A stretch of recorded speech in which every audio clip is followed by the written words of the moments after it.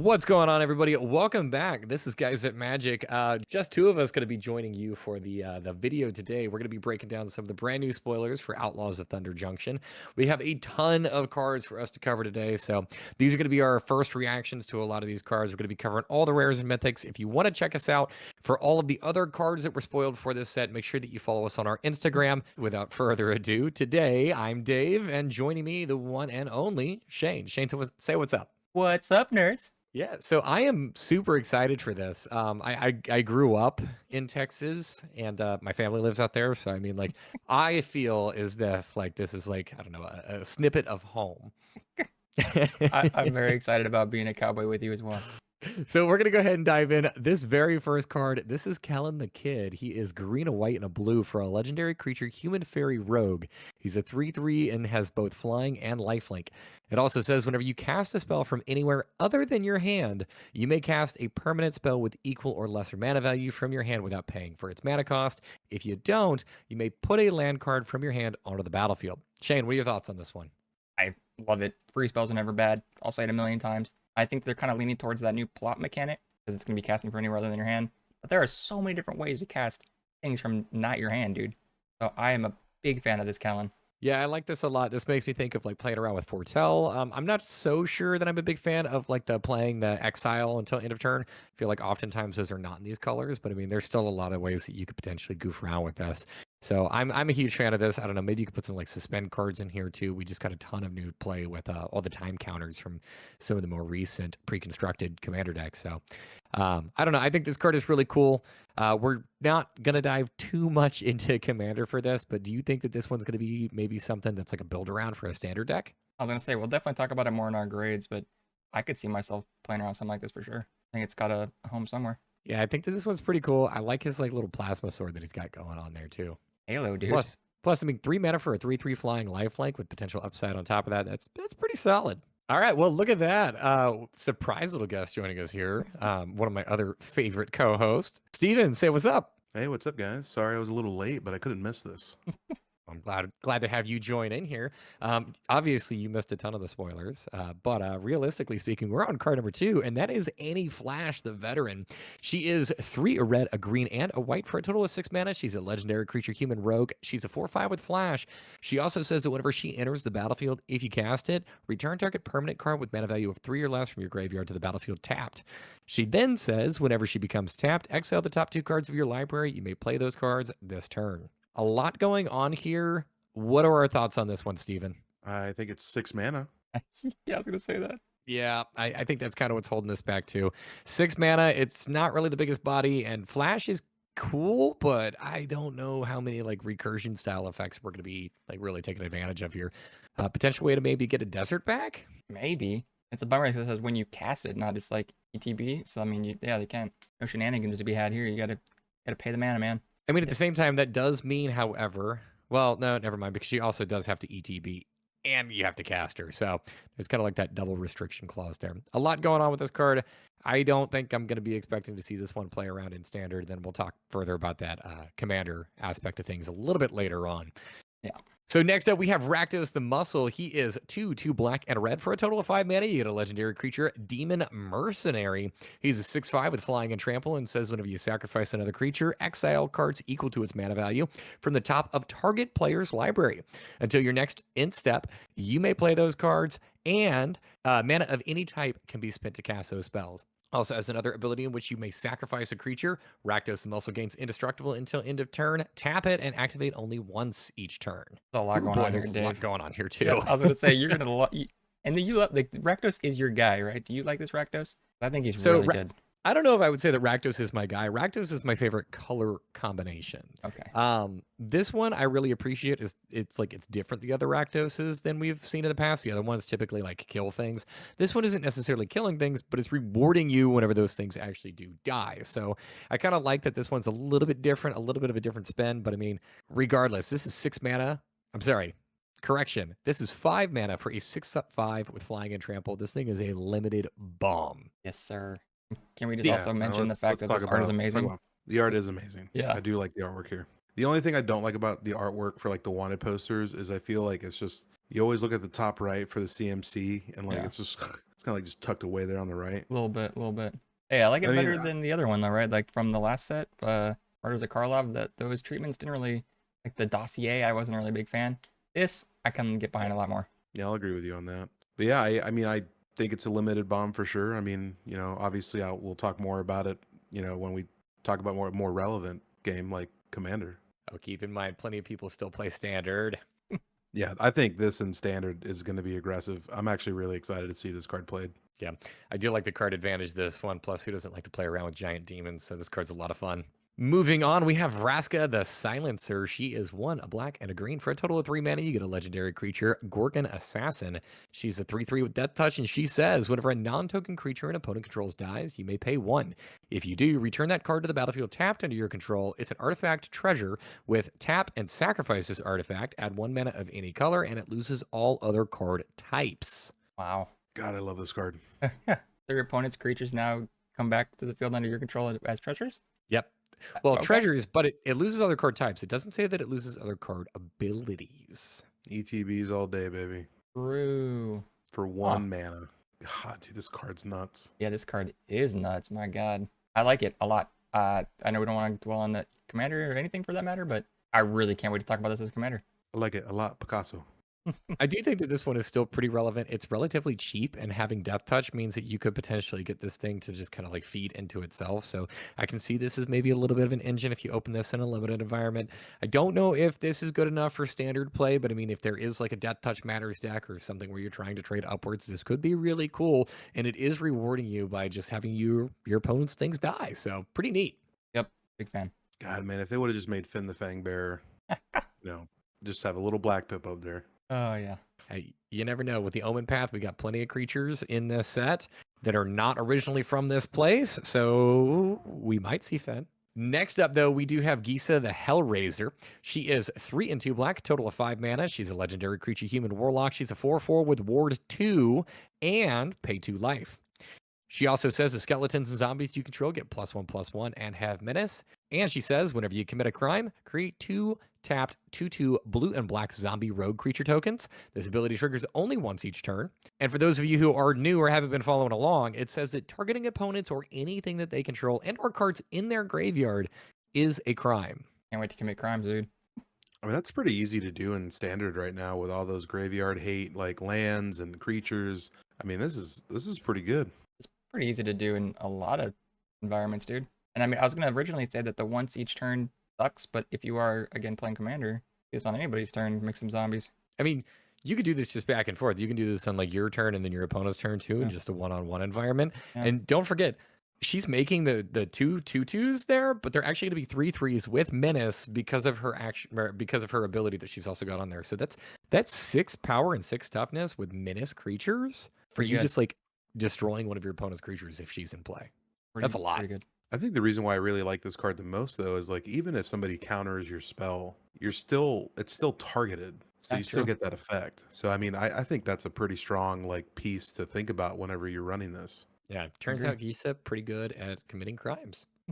Up next, we have a Planeswalker for the set. This is Jace Reawakened. He is 2 blue for a legendary Planeswalker Jace. He enters with 3 starting loyalty, and he says that you cannot cast this spell during your first, second, or third turns of the game. He's got 3 abilities, the first of which is a +1 that says draw a card, then discard a card. The second ability, also a +1. It says you may exile a non-land card with mana value of 3 or less from your hand.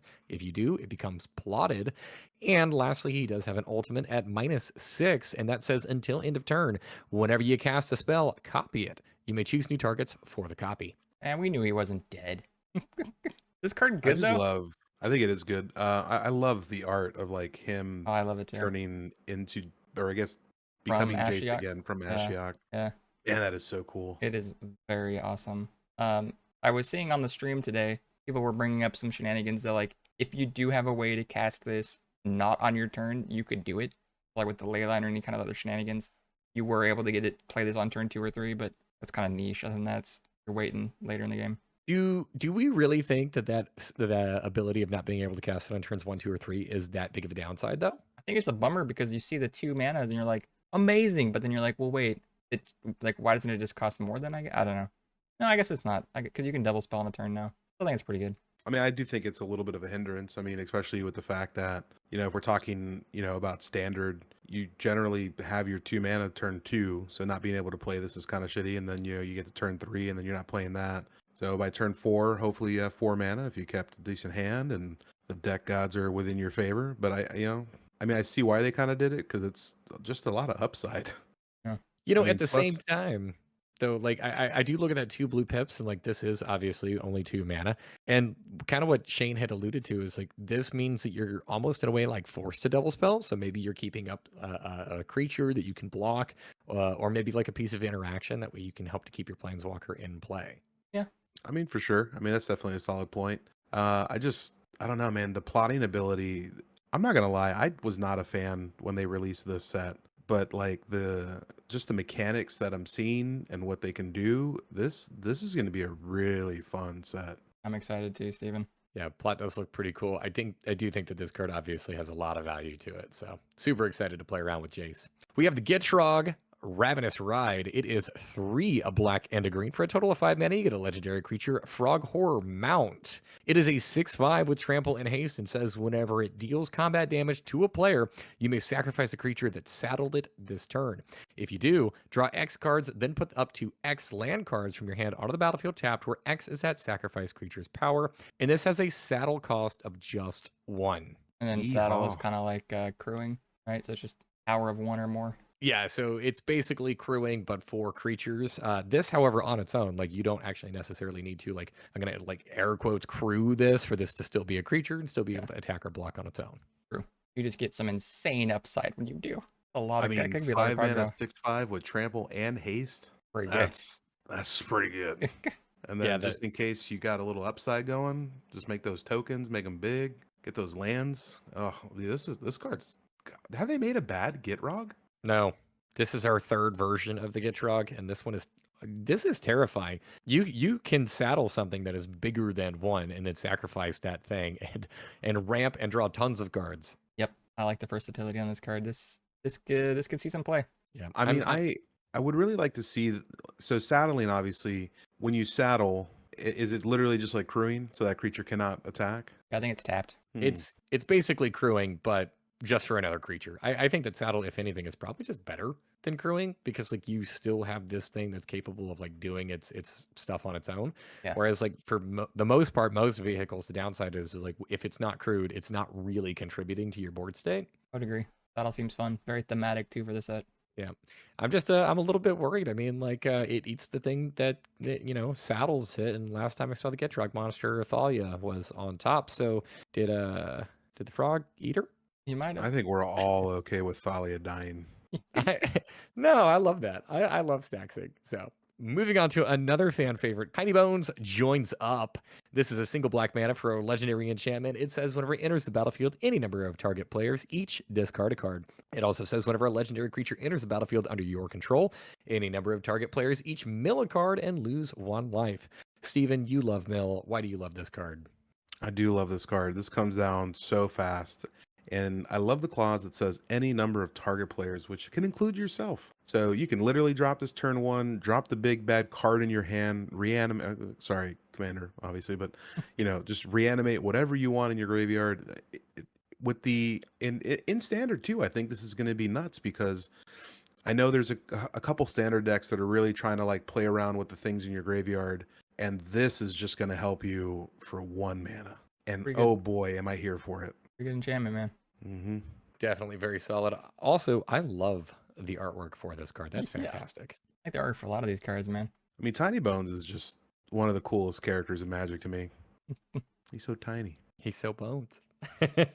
He's so bones. Up next, we have Magda, the Hoardmaster. She is 1 and a red for a total of 2 mana. She is a legendary creature. She's a dwarf berserker. She's a 2/2 and says whenever you commit a crime, create a tapped treasure token. This ability triggers only once each turn. She also says sacrifice 3 treasures, create a 4/4 red scorpion dragon creature token with flying and haste, activate only as a sorcery. What are our thoughts on these scorpion dragons? First of all, that's terrifying.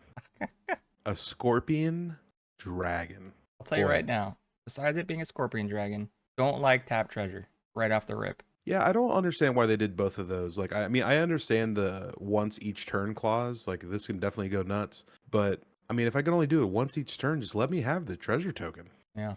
Like, what was the point of that? I don't know. Maybe because it's 2 mana. I don't know. I mean, maybe they learned from their mistakes of other Magdas. I don't know. Oh God, the Other Magdas, Magdas, all one of them. all Other of 'em. Magdas, you know. I don't know. I think this card is cool. I definitely feel like they're trying to like reel back in the power level of treasures. Maybe they Yeah. realized, hey, wait a second, these are like actually really, really powerful. So let's occasionally have them come in tapped.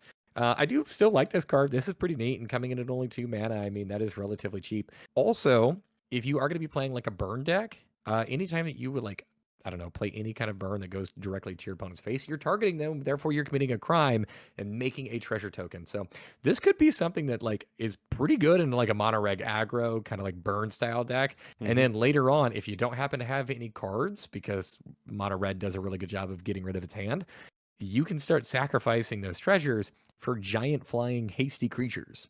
Very true. Scorpion dragons. Yeah, I'm terrified of this card. I wouldn't be surprised to see this chilling around in standard. I think this is going to be a big standard card for sure. We'll see. Up next, we do have Slickshot Show-Off. This is 1 in red for a creature bird wizard. It is a 1/2 with flying and haste, and says whenever you cast a non-creature spell, it gets +2/+0 until end of turn. This also has plot of 1 in a red. I know that we talked about plot earlier on in the video, but I didn't explain it then. Just as a little bit of a reminder, it says that you may pay the plot cost, in this case 1 in a red, and exile this card from your hand. You can cast it as a sorcery on a later turn without paying its mana cost. Plot only as a sorcery. Okay, so I know the last card I said would be a good card in standard. This one is. This card is Yeah. going to be nuts. Yeah. This just makes mono red burn, or not even burn, mono red aggro go nuts. I mean, you literally pay the plot cost and then you just get to cast it. I mean, not technically for free, but you get to cast it with all of your mana open, and then you can use all that burn. It is with haste and flying evasion and then +2/+0. Dude, my God. You do. I mean, it is good to call out though that you're kind of taking a turn off when you're playing aggro because you can't cast the plotted card the same turn, so you are going to be paying the 2 and then waiting to your next turn. But regardless, yeah, very strong. This card does have a lot of upside. It does kind of like project what you're getting ready to do, but I mean, if you're in like a burn deck, the projection is like you're just going to be targeting face anyways. I do love the like super prowess on this thing's power, just like getting the +2/+0 every single time. So I think that this has a lot of upside. There's really not much less to say about this card. This card is fantastic. This is going to be a menace, and make sure that you keep your removal up for this thing. Yeah. All right, up next, we have Free Strider Lookout. This is 2 and a green for a total of 3 mana. It is a creature human rogue. It's a 3/3 with reach, and it says whenever you commit a crime, look at the top 5 cards of your library. You may put a land card from among them onto the battlefield tapped, put the rest on the bottom of your library and in a random order, and this ability triggers only once each turn. Our favorite sentence there. Love that sentence. This is potentially still a good ramp though. I'm not gonna lie. Whenever you commit a crime, as long as you got to land in the top 5, I do like that. I mean, you probably have a land in the top 5. That's a pretty significant reach. Yeah. No, I'll whiff, dude. Okay, you'll whiff, and I love how I said reach as in like, you know, it's reaching It for the has card, reach. and of course this card has reach. Yes, Whoa. thank you. I did not mean to do that, but I do definitely love that aspect of the card. Plus, I mean, look at those sunglasses, dude. Those are dope. I guess the only call out for this guy is, again, during the video that they did for this, the guy was mentioning that green is a color that's a little harder to commit crimes in, just by the nature of it. So this might have to be paired with another color, but I like this card a lot. I can see that. That could potentially also mean that green has a little bit more of like an upside whenever you are actually targeting things. Yeah. So maybe it's the committing crime is a little bit more pushed in as far as like power level in that color. Maybe. Mm-hmm. Good card, good. Good card, good. Up next we have all right. Oh, whoa, whoa. Never mind. Oh. Okay, sorry. Good. I'm just saying, good card, all right. I don't think it. Yeah, it's fine. All right. Well, maybe I need to slow down before I hustle up to the next card here. I apologize there, Steven. Up next, we have Colossal Rattlewurm. This is 2 and 2 green for a total of 4 mana. It is a creature worm. It's a 6/5. We couldn't get a set without a super overpowered to mana value green card. This says it has flash as long as you control a desert. It has trample, and you can also pay 1 and a green to exile it from your graveyard. Search your library for a desert card. Put that onto the battlefield tapped, then shuffle. Why is this a 6/5 with trample for 4? Because it's green, dude. Literally no other reason. I don't know. Why not, dude? I think Why I not? hate this. I kind of do too, just because it's like, what the heck? I don't know what else to say about this card. It's just if you're gonna be running deserts in this deck, obviously, because you want the stab flash, and then it's got upside when it's dead. Like that's all there is to it. Yeah, and it's a big body. This is gonna beat you to death in the desert deck. Yeah, yeah, dude, especially in limited. My goodness, that'll not be fun. There is also the Commander Precon that is going to be a desert themed set or a desert themed True. deck for this one as well. So like we're gonna get a lot of deserts. Very true. Given that those cards won't be available for standard, but there's going to be a lot of desert and a lot of desert support in this set. I mean, I'm just excited just because if we swap the commander, Hazazan cares about deserts and it's got green in its pip. Don't do that. All right, we're going to go ahead and move on to a card that's a little bit more complicated. This is the Great Train Heist. It is a single red mana. No, it's not. This is our first spree we're going to talk about. So this is an instant, and spree says that you can choose one or more additional costs. So basically the way that this card works is it's like a modal card, but each one of the different modes has a different mana value associated with it. So you can continue to tack this on to have the card do a lot of things, or you can kind of pick and choose what you want the card to do. It's a very neat mechanic. So Great Train Heist is going to charge you for a red pip, and for its first mode, it'll charge you for an additional 2 and a red to untap all creatures you control. If it's your combat phase, there's an additional combat phase after this phase. The second mode says add an additional 2 generic mana. It says creatures you control get +1/+0 and gain first strike until end of turn. And the third mode is add an additional red mana. Choose target opponent. Whenever a creature you control deals combat damage to that player this turn, create a tapped treasure token. There's a lot going on in this card, dude. There's so much going on this card. I think spree is just like, do you like choices? We give you choices. It's very interesting because if you look at the mana pip at the top, I just like that little plus. Yeah, they were saying that like they were really trying to drive home that like you can never just cast it for that mana. It's always got to be that plus something else. That was a question, I guess. Like, could I just cast this for one and have it fizzle? Like, no, you got to always add to it. I mean, that's a pretty important question because I mean, like a lot of decks care about how many cards you've cast that turn. Very true. And if you just had a whole bunch of 1 mana instants, and if you're doing that in Izzet, it's probably not going to be a fun time. But I mean, this card in general, though, I think I like a couple of the abilities on it.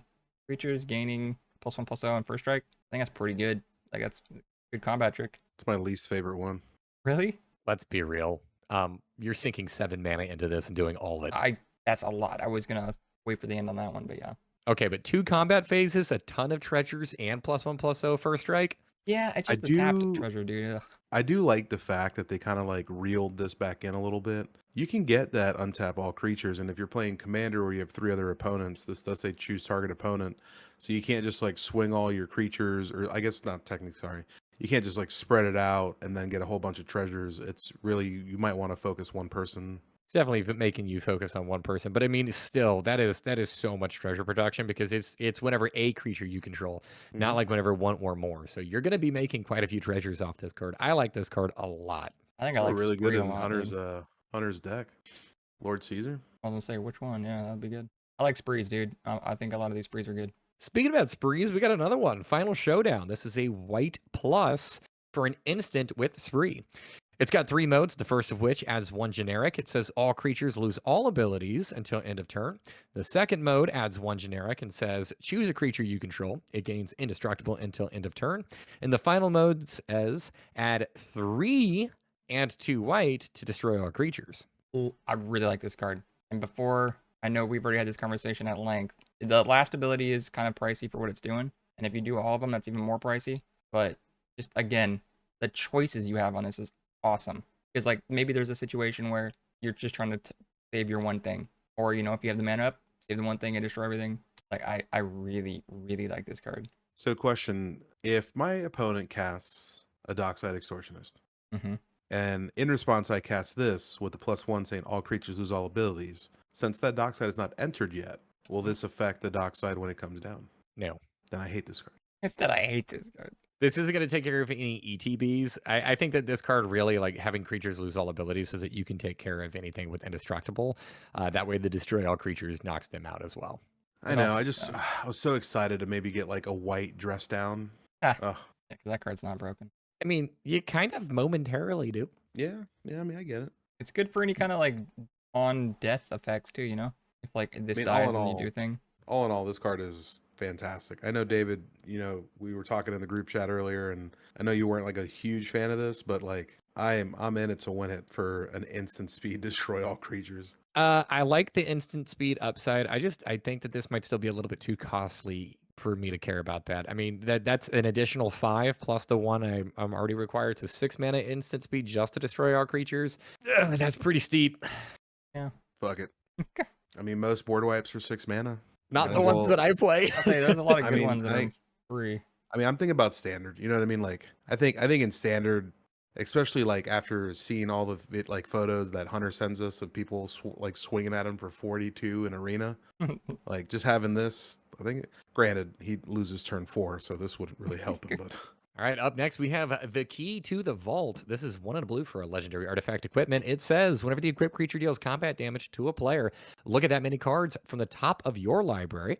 You may exile a non-land card from among them, put the rest on the bottom of your library in a random order, and you may cast the exiled card without paying its mana cost. That's really weird that it goes back to say mana cost and like not mana value. I've become so trained for that.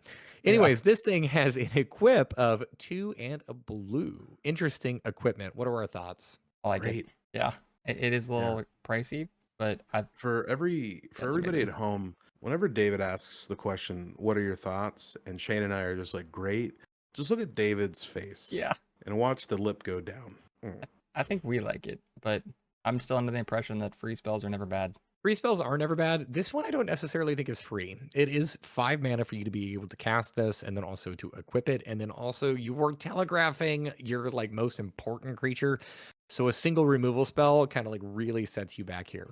I'll just re-equip it. That's great. But that means at that point I have made you invest 8 mana into an equipment that does literally nothing until that creature manages to connect. I get that. I mean, listen, man, if it makes you waste removal, it's fine. I was gonna say I think that what you're referring to is just showing how strong it is, because if it does connect, that ability is pretty good.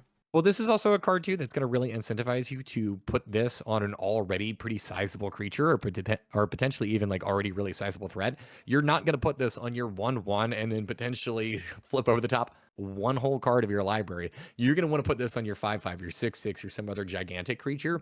So I feel like there's a very real potential for you to get blown out. And I also do feel like at that point, how good is this card? I feel like it's probably something that's going to be better in the later portion of the game rather than the earlier portion of the game. There's just better draw engines out there. I understand. We can be a little bit torn on some cards, though. Up next, we have Insatiable Avarice. This is a single black mana for a sorcery. This one is also a spree, so it is a black plus. The first mode adds 2 generic, and it says search your library for a card, shuffle your library, and put that card on top.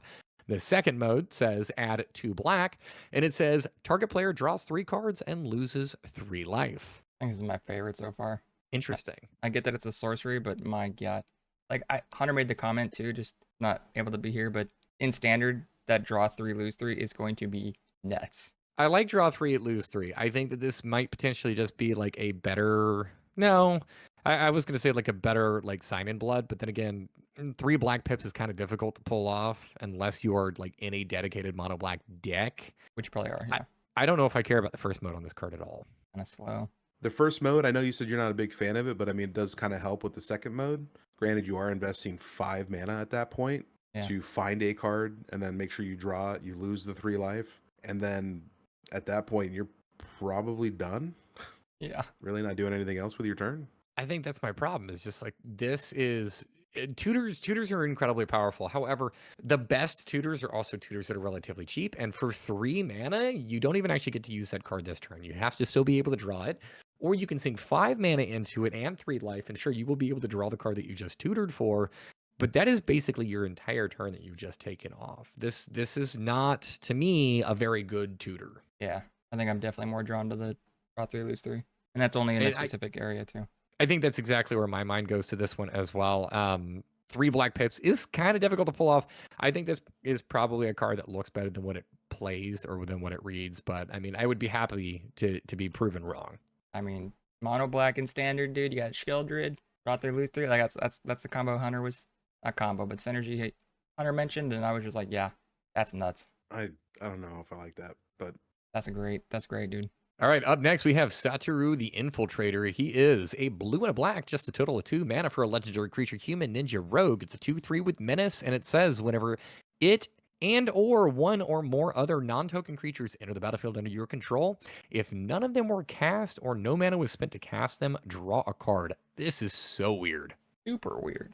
But it is the mirrored, Steven. Yeah, it's interesting because I feel like it slots really well into my Satoru Ninjutsu deck. That's true. Yep. Like really, really good. That's true. This could potentially also be fantastic in those plot decks too. Mm-hmm. Actually, you know what? Yeah, that's so many things you're saying, Dave and Steven. That's real smart. Generally speaking, though, I feel like this is 100% a build-around card. If you don't happen to have like a dedicated mechanic to go along with this, this is not doing a whole lot for you. But I do like at least it's got 3 toughness and mana, so it's not a dead 2-drop. Not at all. Like it. All right, let's go ahead and move on to the next card. This one is Double Down. This is 3 and a blue for a total of 4 mana. It is an enchantment and says whenever you cast an outlaw spell, copy that spell. For those of you who are wondering what in the world is an outlaw, well, as it turns out, they are assassins, mercenaries, pirates, rogues, and warlocks. This card's nuts, right? Right? I mean, yeah. I mean, it is a very good engine specifically for those card types. I don't 100%. think I'm building an outlaw deck, but I mean, I might build like pirates or rogues, and in which case this slots right into that. Which, in that case, you just built an outlaw deck. Okay, I guess by that chance, yes. But what I mean by outlaw deck is like I'm not building my assassin and mercenary and pirate and rogue and warlock tribal deck. I think that that's probably just like too much going on. No, and you don't have to. That's the beauty of it. You could literally just pick one, and this would still be an outlaw deck. That's crazy, dude. My changeling deck. There you Or go. Changeling, there you go. This is for your changelings. Double all of your changelings. Double all my tiny 1/1s. I think this could just Right. definitely be a real thing in EDH. Oh yeah, dude. Anytime you put on a card, copy that, it's gonna be a good time. Yeah, definitely a good card. Up next, we have Selvala, Eager Trailblazer. Oh my goodness, this card was so difficult for me to say.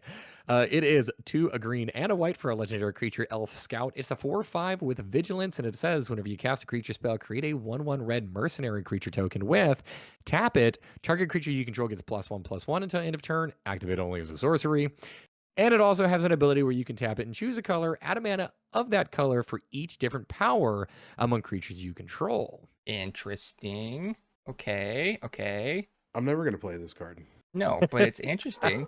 The thing is, like, I think it's a really good card, but this is going to be the kind of style deck. And if we're talking about like Commander for just a quick second, where I have to remember so many +1/+1 counter triggers. Okay, this one's going to go over here. Okay, now this one's going to go over here because it needs to be a different power. And then I need to do the cool thing with the choose a color. And I got to put this one. There's so much to do in my mind, and it hurts my brain. I think that this one also kind of falls into like a really weird spot too. It's a mana dork. It does, of course, also provide the benefit of like creature production and then being able to boost the team, but it is a mana dork that comes in at 4. So like how important is that second ability on the card where you're able to tap it and add more mana? I like my mana dorks to be a little bit cheaper than this. I don't think that I'm going to be tapping her a whole lot for that. But I mean, then again, I don't know. She does have vigilance, so you can still be able to swing with her and then tap her down during your second main phase if you don't think that you're going to need her as a blocker. Put it in elf ball. Yeah, I mean, you can. It's not a bad card. No. Steven doesn't like the figuring out different powers. Yeah, he doesn't like keeping track of things. And I mean, I'm excellent at that. If you've ever seen any of our gameplays, which by the way, my you definitely should go check out. I am excellent at keeping track of board states that are like more than 3 things. Yes, you are. That is sarcasm. Go check out those go check out those gameplays anyways, though. They're tons of fun. All right, moving on. We have Vraska Joins Up. She is a black and a green for a legendary enchantment. It says whenever it enters the battlefield, put a death touch counter on each creature you control. It also says whenever a legendary creature you control deals combat damage to a player, draw a card. Whoa. Good. Good. Card. Good. That's stupid. I mean, death touch, pretty solid. Yeah. Drawing tons of cards. I've heard that's good. Drawing cards wins games, yes. Again, if they would have just put a black pit in Finn the Fangbearer. Look, as somebody coming from somebody who has to at least like fairly regularly play up against that deck, there is one that exists in our pod. Thank God it is mono green. I'm gonna All throw right, one of the because bus, dude. That that's Hunter. It is. It's Hunter. And you know what? I absolutely despise playing up against that deck because for whatever reason, and I don't know what I did, I definitely did not target and kill his commander 6 times the game prior. But I always am the one who gets targeted by that deck, and that thing has such a quick time to kill. Yeah. And then it like never actually wins the game. It just like it does a really good job of killing one player and then sitting around and doing nothing else for the rest of the game. Moral of the story, it doesn't need black pips. But moral of the story Yes. again, this card's good. This card is good. Yeah, I'm actually really excited to see all the other joins up because it kind of looks like it creates some artwork. Oh, but yeah. Talking Yeah. maybe like a panoramic. It is the same artist. It's the same style of art, and I'm a huge fan of these. So I also really love how they kind of like are the Western version. They kind of mirror the like Oath of the Gatewatch. So really cool effect there. Next up, we have Fortune, Loyal Steed. It is a 2 and a white for a total of 3 mana. You get a legendary creature. It is a beast mount. It's a 2/4, and it says whenever it enters battlefield, scry 2. It also says whenever it attacks while saddled, at end of combat, exile it and up to one other creature that saddled it this turn. Then return those cards to the battlefield under their owner's control, saddle cost of 1. Flicker shenanigans. Little flicker steed. All right. Flicker Steed. It should just be called Flicker Steed. Fortune Flicker Steed. I mean, that seems good. That seems fine. You flicker something, or sorry, you saddle up the thing that you'd like to have another ETB, then you attack, and then this comes back, and bada bing, bada boom. Anytime you're able to flicker and it not really affect anything too much, I mean, this card's pretty solid, man. It comes down pretty early. Saddle of 1 is solid. I mean, I don't really see, and you're scrying too. So most of the time when you're blinking stuff, you're literally trying to draw cards. So I'm here for it, man. So the next couple of cards was at least a cycle. So we have a couple of lands. The first one, and the only one that we're actually going to show off here on the stream, but just keep in mind the rest of this is also getting printed out here as well. We have Botanical Sanctum. This is a land that says it enters the battlefield tapped unless you control 2 or fewer other lands. You can tap this one for either a green or a blue. And we do have 4 of the other fast lands also going to be reprinted here too.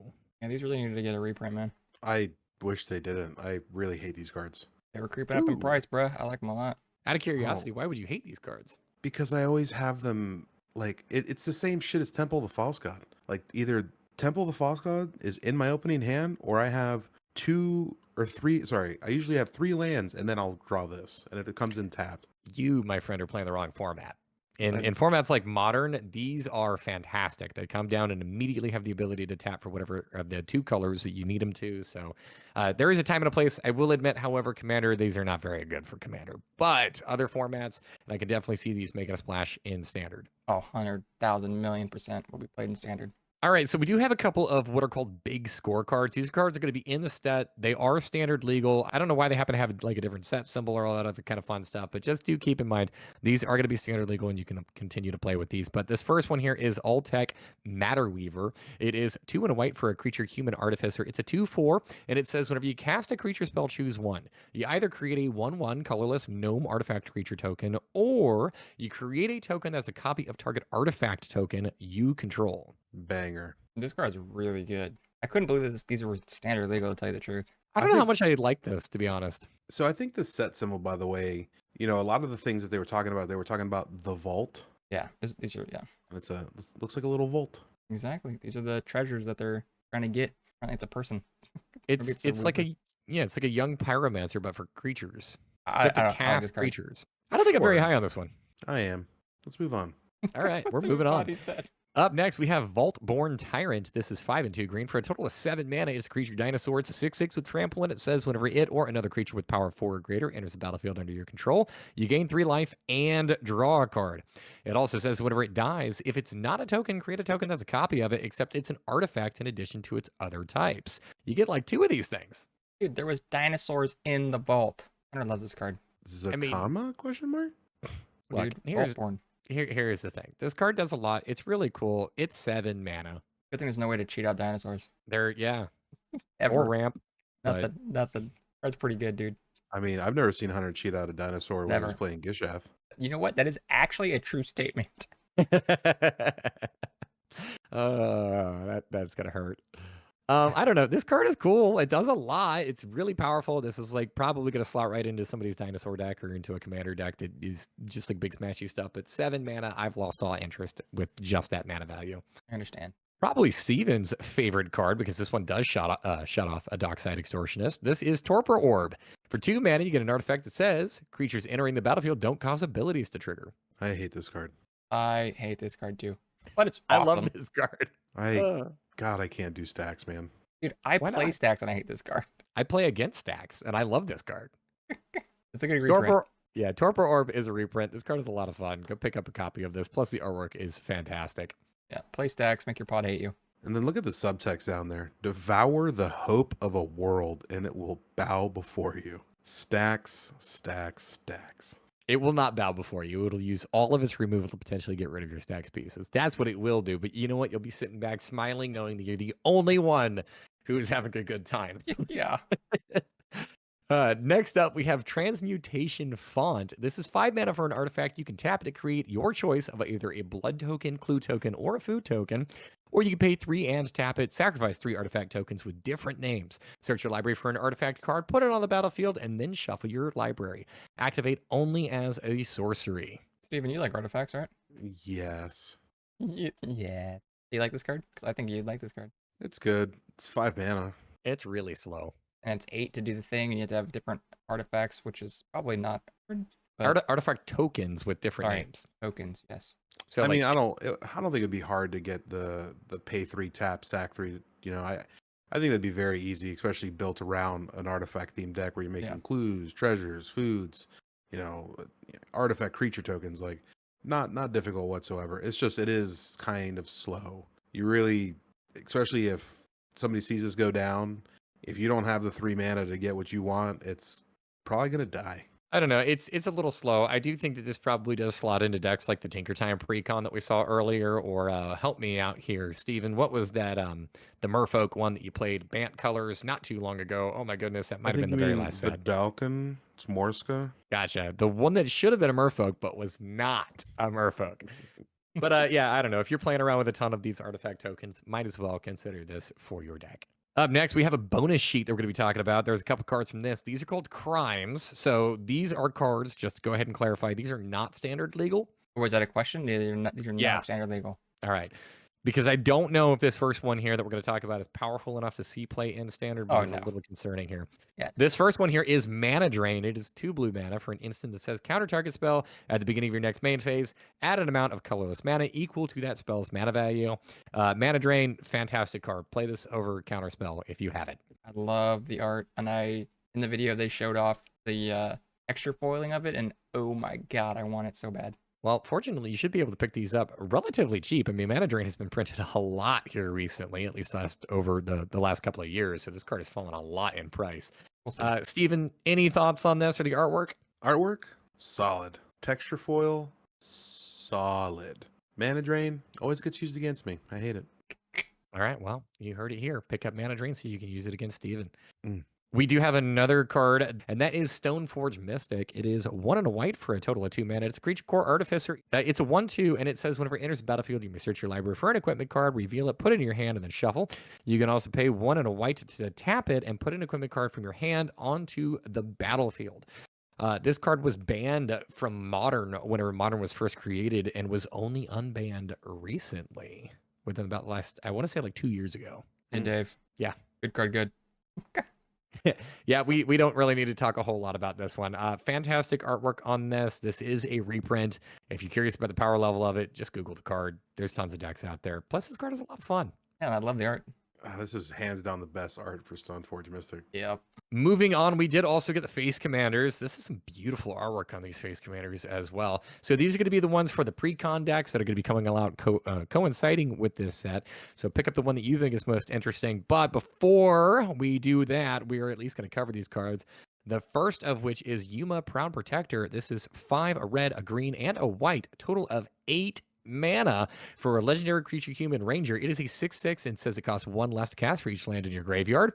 It also says whenever it enters the battlefield or attacks, you may sacrifice a land. If you do, you draw a card. And then lastly, it says whenever a desert card is put into your graveyard from anywhere, create a 4/2 green plant warrior creature token with reach. Getting massive Mandalorian vibes, dude. It's got a little green baby. Yeah. Is that supposed to be the 4/2 green plant warrior creature? Yeah, you gotta protect it, dude. It looks like a little baby. Hey, it's gonna grow up one day and damage. I like this though. It's very expensive, but I'm guessing you're gonna be having a lot of costs. you're gonna be having a lot of lands in your graveyard. So hey, best case, this costs 3 and you're chilling. Let's do this real quick, guys. Hunter, you play a lot of lands deck. How do you feel about this card? Well, I think this would slot right into Lord Windgrace. Now that you mention it. Except it can't. Try again, They're not the Hunter. same colors. I just imagine he would say it regardless. I'll say try again, Hunter. He probably would. He's gonna watch Anytime this you get video. lands decks. He's gonna watch this video. He's gonna be so disgruntled throughout all of this. He might never record with us again. I can't wait for him to play this though. I have a feeling he's going to be doing the upgrades for this. We haven't determined that yet, but I have a feeling it's going to be him because he does love really expensive commanders that die a lot and get incredibly expensive, and he loves lands. So I can't wait for him to also have a commander of which like he just never has like the mana that he needs to cast this. Not thing. not to delve too far into it because obviously I feel like we've ripped on Hunter for about 2 minutes now, but I think this would probably be the best just because if it does die, it'll usually cost a lot cheaper. True. There you go. Yeah, if it dies and you have 2 deserts in your graveyard, this will cost 8. All right, let's go ahead and move on. Let's move on to the next one. This is Stella Lee, a wild card. She is 1 a blue and a red for a total of 3 mana. It's a legendary creature, human rogue. It's a 2/4, and it says whenever you cast your second spell, each turn, exile the top card of your library. Until end of your next turn, you may play that card. She also has another ability in which you can tap her. Copy target instant or sorcery spell you control. You may choose new targets for the copy. Activate only if you've cast 3 or more spells this turn. I hate this card the most. I hope I don't get this one. I'm gonna get it. I already know, dude. Good. That's good. I actually do like this one quite a bit. David gets it. I like the Spellslinger vibe. I like playing Spellslinger decks, and it is definitely a fun one. She's relatively cheap. She rewards you for doing the thing that you probably already would be doing. And then in the case you do manage to copy something, that's extra value. And we know how much we love that extra value. Right. Well, free spells are never bad, right? Free spells are never bad. For the most wanted deck, we have Olivia, Opulent Outlaw. She is 1 a red, a white, and a black for a legendary creature vampire assassin. She's a 3/3 with flying and lifelink and says whenever 1 or more outlaws you control deal combat damage to a player, create a treasure token. She also has another ability in which you may pay 3 mana and sacrifice 2 treasures to put 2 +1/+1 counters on each creature you control. Activate only as a sorcery. Okay. Okay. Not I bad. think it's the cheapest Olivia. Oh, CMC wise. Yeah. I thought there was a really cheap one. Also, you can very clearly see both of her legs in this artwork. Is that weird? It is kind of weird. So she's got 2 legs in this artwork. Go back and look at some of the other ones. There was a little conspiracy that she had 3 legs for a while. Oh, maybe she had a third one hiding. Interesting. As far as this card goes, though, I mean, 4 mana for a 3/3 flying lifelink, not necessarily like great, but not terrible there. And I do like treasure protection. I was gonna say, David, it's not tapped either. Not tap treasures. I mean, also putting 2 +1/+1 counters on your entire board. Oh, that's pretty good. I have a bummer Oh, though, dude. this is my most wanted deck. Yeah, I like the 100%. ability. I like the ability a lot, but then it's basically it's like pay 5, put 2 on. I guess it's still good. Pay Yeah, because you're going 5. to lose the treasures. Yeah, because you have pay 2 treasures, which is basically 2. Like yeah. I do have to say, though, my favorite thing about this card, if you look on the bottom right-hand corner of the artwork, there's like a little cactus person chilling on somebody's cowboy hat. That's the Look at 4/2 him. plant warrior, dude. It is. He's just lost, dude. This is the new Fibblethip. Ha, All That's over the place. Grogu, dog. Come on. Grogu. Grogu, dude. Yeah. That's the baby Yoda, right? Baby Mhm. Yodes. Yeah, I'm gonna go ahead and wrap myself out here. I have not seen The Mandalorian. Oh my God. Moving Neither have I. on, dude. I just What? know about Grogu. Both of you. Okay. The last card that we're going to talk about, this is the face commander for the Grand Larceny deck. This is Gonti Canny Acquisitor. This is 2, a black, a green, and a blue for a total of 5 mana. You get a 5/5 legendary creature, Aetherborn Rogue. It says spells you cast but don't own cost 1 less to cast. And it also says whenever 1 or more creatures you control deal combat damage to a player, look at the top card of that player's library, then exile it face down. You may play that card for as long as it remained exiled, and mana of any type can be spent to cast that spell. Cool. I think the Yo, point your that I opponent's things. was gonna say, yeah, I think the point that I was making earlier was it's as good as your opponent's deck, which is, and hopefully your opponents are there to play Magic too. Good. I mean, who's building a deck like, oh my god, I'm gonna play against Shane with his Gonti deck. I'm gonna put nothing but shit spells in it. Like, come Hey, I wouldn't put it past Dave. I do see like Shane's potential like counter argument here. Like if you're playing up against a deck that is like very specific, if you're playing up against like an energy deck and you happen to flip over one of their like energy cards, that does nothing for you. Oh, It doesn't, but they don't get it. That's true. It is a My disrupting favorite gun. thing about decks like this, it disrupts your opponent. You are able to play that card, so you are able to play lands, which is really cool. I mean, I'm a huge fan. I mean, this one and then the most wanted deck were my 2 want to upgrade decks for sure. All right. Well, we Okay. definitely heard it here. You're playing the Is It one. Yeah, I figured. I already know what's gonna happen, dude. All right. Well, that is going to wrap it up for us. Thank you so long for sticking around with us. Today was a bunch of cards for us to go through. Super excited for Outlaws of Thunder Junction. If you haven't done so already, please make sure that you like and subscribe to this video. If you want to show us a little bit more love, we do have a Patreon. You can go ahead and jump over there. We do have some other videos that are going to be exclusive only to Patreon, and we're going to be pumping out some other kind of like special rewards for our Patreons as well. So thank you so much for all of those of you who do support us there. You can find us also on Instagram if you want to check out any of the commons or uncommons that we do not talk about for the purposes of these videos. So you can follow us on that. And then follow us on TikTok as well. Our boy Shane over here, he drops some wonderful TikToks, some wonderful shorts to cover some of the information from all these new cards. So keep an eye out for all of that. Thank you so much. And until next time, this has been Guys and Magic. Yeehaw. Yeah. Bye, yeehaw, nerds. All right. Peace. Y'all come back now, you hear?